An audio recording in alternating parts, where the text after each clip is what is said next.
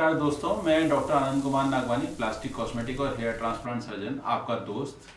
आपका हमारे channel hair transplant इन कोलकाता के अंदर स्वागत है। आज का टॉपिक आपको विशेषकर रुचिकर होगा, क्योंकि आप लोग सब जानना चाहते हैं कि हेयर ट्रांसप्लांट की कॉस्ट क्या होती है। यानी कि अगर हेयर ट्रांसप्लांट कराया जाए तो उसकी कॉस्ट क्या रहेगी, ये हर एक इंडिविजुअल के लिए अलग होती है। जैसे कि तो आप जरूर जानना चाहेंगे।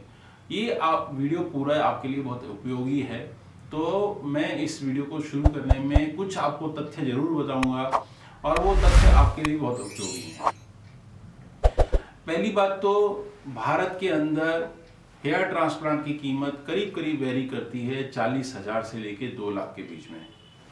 ये मेरे क्लिनिक की नहीं है, मैं आपको बता रहा हूँ पूरे भारतवर्ष में इस तरीके की एक अनुमानित राशि रहती है।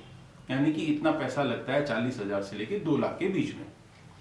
हमारे क्लिनिक में क्या होता है वो मैं आपको डिटेल में समझाता हूँ। पहली बात तो जब मैंने बोला कि इतनी ज़्यादा वेरिएशन है तो इसका कारण क्या है ये समझना होगा। इसके लिए कई सारे फैक्टर्स होते हैं। सबसे बड़ा फैक्टर होता है कि आपकी रिक्वायरमेंट, यानी कि आपका जो रिसिपिएंट एरिया है ये वाला पूरा, इसमें नंबर ऑफ ग्राफ्ट्स कितने लगेंगे, कितनी बाल्डनेस है, ये डिपेंड करती है ग्रेडिंग के ऊपर। ग्रेड 1 से लेके ग्रेड 7 तक की बाल्डनेस होती है। आप मेरे दूसरे वीडियोस में full information of hair transplant जो है मैंने उनमें बताया हुआ है, और भी अन्य वीडियो के अंदर मैंने बताया हुआ है कि ग्रेडिंग कैसी कैसी होती है। तो ये मैं आपको थोड़ी सी जानकारी इसमें भी देखिए। जैसे कि हमारे यहाँ कोई भी व्यक्ति आता है तो ग्रेडिंग का जो है ये हिसाब रहता है। आप स्क्रीन पे भी देख सकते हैं कि इस तरीके की ग्रेडिंग होती है। इसके अलावा कुछ क्वेश्चनरीज होती हैं, वो क्वेश्चनरीज बहुत इंपॉर्टेंट होती हैं। जब ग्रेडिंग हमने कर ली यहाँ से यहाँ तक, तो हमको डोनर एरिया, यानी कि ये वाला जो डोनर एरिया है, इसको भी बहुत इंपॉर्टेंट तरीके से समझना चाहिए कि हम इसमें से कितने ग्राफ्ट ले सकते हैं, कि उसके अनुसार ही इसका अनुमानित कीमत लगाई जा सकती है। तो 2 बड़े फैक्टर जो डिपेंड करते हैं वो आपके ऊपर डिपेंड करते हैं कि इसकी कॉस्ट कितनी आएगी। अच्छा, इसके अलावा क्या क्या फैक्टर्स होते हैं और क्यों वेरिएशन होता है।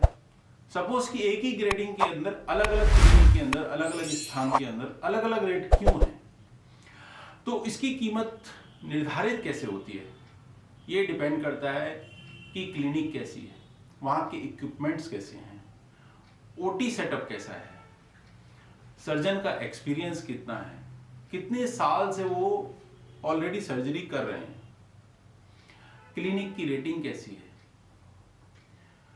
तो आपको मैं अपने क्लिनिक के बारे में पहले बता देता हूं, क्योंकि मेरी लगभग 2 दशक से जो है मैं प्रैक्टिस कर रहा हूं। तो एक बड़ा एक पीरियड होता है एक्सपीरियंस के लिए, वो है। दूसरा क्या है कि यह मेरा अपना क्लिनिक है और इसके अंदर मेरे को कहीं से कुछ भाड़ा भी नहीं देना है। तो ये भी एक अपने आप में बड़ी बात होती है कि क्लिनिक के जो रेट होते हैं इन सब चीज़ों पे भी वेरी करते हैं, इंफ्रास्ट्रक्चर पे वेरी करते हैं। मेरा जब सबसे ज़्यादा फोकस जो रहता है वो पेशेंट के ऊपर रहता है, उस पर्सन के ऊपर रहता है जिसका ट्रांसप्लांट करना है। क्योंकि मैं सबसे ज़्यादा जो महत्व देता हूँ उस व्यक्ति के ऊपर देता हूँ जिसका ट्रांसप्लांट मेरे को करना है। उसको क्या क्या कंफर्ट जोन हो सकता है, उसके लिए मेरा जो है बहुत एकदम डीप कंसर्न रहता है। और दूसरा डीप कंसर्न रहता है मेरा ओटी के अंदर। ओटी यानी कि ऑपरेशन थिएटर, जहाँ पे जिस व्यक्ति का जो है हेयर ट्रांसप्लांट किया जाएगा वो स्थान, वो मेरा सबसे ज़्यादा कंसर्न वाला क्यों जगह है, क्योंकि वो इक्विपमेंट उसके ऐसे होने चाहिए जो कि मॉडर्न होने चाहिए, हाईफाई होने चाहिए। उस ओटी सेटअप के अंदर जो इन्फेक्शन जो है कंट्रोल की विधि होनी चाहिए। जैसे कि हमारे यहाँ सेटअप के अंदर बहुत अच्छा है कि फ्यूमिगेशन होता है, अल्ट्रावायलेट रेज से जो है उसका एयर का भी स्टरलाइजेशन होता है। तो ये सारी चीज़ें मैटर करती हैं, और ये एक क्योंकि बारीक चीज़ें आप नहीं देख सकते हैं। मैं खुद एक सर्जन हूँ, ये मेरा अपना क्लिनिक है, तो मेरे को सबसे ज़्यादा ध्यान इसी चीज़ पे देना होता है कि जो भी व्यक्ति मेरे पास हेयर ट्रांसप्लांट के लिए या किसी भी अन्य कॉस्मेटिक सर्जरी के लिए आता है, तो मैं उनको कितना सुरक्षित तरीके से उनका सर्जरी कर सकता हूँ, कितनी बढ़िया तरीके से, कितने कंफर्ट जोन में उनकी सर्जरी कर सकता हूँ, ताकि सिर्फ सर्जरी ही उनकी कंफर्ट जोन में नहीं हो, तब उनका जब रिकवरी हो वो भी पूरा कंफर्टेबल हो। ये सारी चीज़ें बहुत इंपॉर्टेंट है। इंस्ट्रूमेंट जो होते हैं वो पर्सनली मैं चेक करता हूँ, उनका स्टरलाइजेशन 2-2 बार होता है और वो ऑटोक्लेव के थ्रू होता है। ऑटोक्लेव यानी कि वहाँ पे कोई भी बैक्टीरिया, वायरस, फंगाई और उनके स्पोर्स भी जीवित नहीं रह सकते हैं। यह बहुत ही एक इम्पॉर्टेंट प्रक्रिया है और सर्जरी के अंदर ये बहुत बड़ा महत्व रखती है। छोटी क्लिनिक के अंदर जहाँ पे सस्ते में हेयर ट्रांसप्लांट होते हैं, यूजुअली कुछ स्टेप्स इसके बाईपास किए जाते हैं। मैं ये नहीं कहता हूँ कि सब क्लिनिक के अंदर बाईपास किए जाते हैं, लेकिन हाँ बाईपास किए जाते हैं, मतलब उनको थोड़ा सा लोअर ग्रेड में लिया जाता है। क्योंकि देखिए प्रत्येक स्टेप के ऊपर एक खर्चा होता है। खर्चा सिर्फ स्टेप के ऊपर, इक्विपमेंट के ऊपर ही नहीं होता है, मैन पावर के ऊपर भी होता है और आप कितना समय देते हैं उसके ऊपर इसमें भी होता है। तो ये सारे फैक्टर्स बड़े मेजरली काम करते हैं। दूसरी चीज क्या होती है मेरे यहाँ कि हम कस्टमाइज जो है इंडिविजुअल पर्सन के हिसाब से जो उनकी रिक्वायरमेंट होती है, जो उनका हेयरलाइन का डिजाइन होना चाहिए, उनसे पूरा डिस्कस होता है। उसके बाद ही उनको फाइनल जो है डिजाइन उनका अप्रूव होता है। तो ये एक इंपॉर्टेंट चीज है। पर्सनल क्वेश्चंस जो होते हैं उनकी लाइफ स्टाइल से लेके और उनकी बाकी मेडिकल हिस्ट्री से लेके सारी क्वेश्चंस होते हैं और वो जब हर तरीके से फिट होते हैं तो उनके ब्लड इन्वेस्टिगेशंस, ईसीजी वगैरह वगैरह जो भी चीजें रिक्वायरमेंट होती है वो सारी चीजें यदि फिट हैं तभी वो प्रोसीड करते हैं हेयर ट्रांसप्लांट की ओटी की डेट के लिए। तो ये चीजें भी बहुत इंपॉर्टेंट हैं और क्योंकि ये पर्सनली मेरे अंडर गाइडेंस, मतलब मेरे ही गाइडेंस में होती हैं, तो मेरे को हर स्टेप के बारे में पता होता है। तो यह भी एक मतलब उस व्यक्ति के लिए जो हेयर ट्रांसप्लांट करा रहा है या कोई भी कॉस्मेटिक सर्जरी करा रहा है तो उसके लिए बहुत इंपॉर्टेंट है। दूसरी बात ये रही कि आप जो है ये खर्चा जो करेंगे, क्योंकि मेरे से एक व्यक्ति ने पूछा था कि ये क्या खर्चा करना मतलब उपयुक्त है या मतलब इसका कोई बेनिफिट है। तो बेनिफिट है या नहीं है वो आपको डिसाइड करना है। क्यों करना है?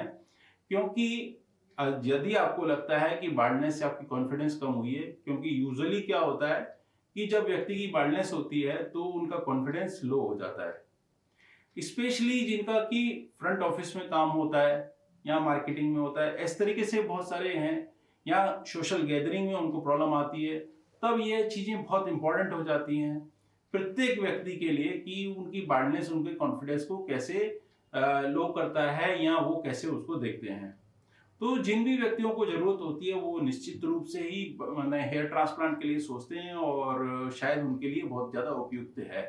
और मैं समझता हूं कि कॉन्फिडेंस वापस रीगेन करना अपने आप में एक इम्पॉर्टेंट चीज है। तो ये भी आपको थोड़ा सा अपने हिसाब से ही समझना पड़ेगा। ये क्वेश्चन आपको अपने आप से करना पड़ेगा और उसका आंसर भी आपको मेरी बातों से कहीं ना कहीं मिल जाएगा। तो ये रही बात इसकी। तो खर्चा कितना आएगा? खर्चा देखिए ग्रेडिंग के हिसाब से, जैसे मैंने बताया कि नंबर ऑफ ग्राफ्ट्स कितने लगेंगे। हमारे यहाँ जो ग्राफ्ट का रेट है वो 25 रुपीज है। आज 2025 के अंदर भी 25 रुपीज है। इसके ऊपर 18% जीएसटी लगती है। तो नंबर ऑफ ग्राफ्ट का मल्टीप्लाई कर दीजिए आप और उसके ऊपर जीएसटी लगा दीजिए, तो ये टोटल खर्चा आ जाता है। लोग डरते हैं कि इसके अलावा क्या क्या खर्चे हो जाएंगे, क्या क्या हिडन कॉस्ट होंगी। तो मैं आपको बहुत क्लियर बता दूं, हमारे यहाँ किसी भी प्रकार की कोई हिडन कॉस्ट नहीं है। जो भी चीज है आपको यहाँ पे ट्रांसपेरेंट मिलेगी और उसी ट्रांसपेरेंसी के साथ में हम ट्रांसप्लांट भी करते हैं और आज तक जो है मैं इतने सालों की प्रैक्टिस में ये ट्रांसपेरेंसी मेंटेन करते रहा हूँ। और हमारे क्लिनिक में जितने भी मेरी टीम मेंबर हैं वो सारे के सारे इस ट्रांसपेरेंसी को मेंटेन करते हैं। तो इसलिए आपको डरने की कोई जरूरत नहीं है। हाँ, आप निश्चित रूप से अपने फोटोग्राफ्स भेजिए। व्हाट्सएप नंबर आपको दिख रहा होगा, इस व्हाट्सएप नंबर पे आप अपने फोटोग्राफ्स भेजिए। अगर हमारे टीम मेंबर्स को लगेगा कि आपने ठीक फोटोग्राफ नहीं भेजे हैं तो आपसे बोलेंगे कि किस किस एंगल के अंदर आपको फोटोग्राफ भेजने हैं। दूसरी बात यह है कि कुछ क्वेश्चंस आपसे बेसिक किए जाएंगे, वो बेसिक क्वेश्चंस का आंसर आप दीजिए, आपको एक रफ एस्टिमेट बता दिया जाएगा। तो ये तो रहा आपके मतलब मेन क्वेश्चन का ही आंसर है कि आपका कॉस्ट कितना आने वाला है। आशा करता हूं कि इस वीडियो के माध्यम से आपका जो वो प्रश्न होगा आपके मन में आया होगा वो जरूर उसका आंसर मिल गया होगा। आप खुश रहिए, स्वस्थ रहिए और जल्दी ही हम अगले वीडियो में मिलते हैं। तब तक के लिए आज्ञा दीजिए। नमस्कार।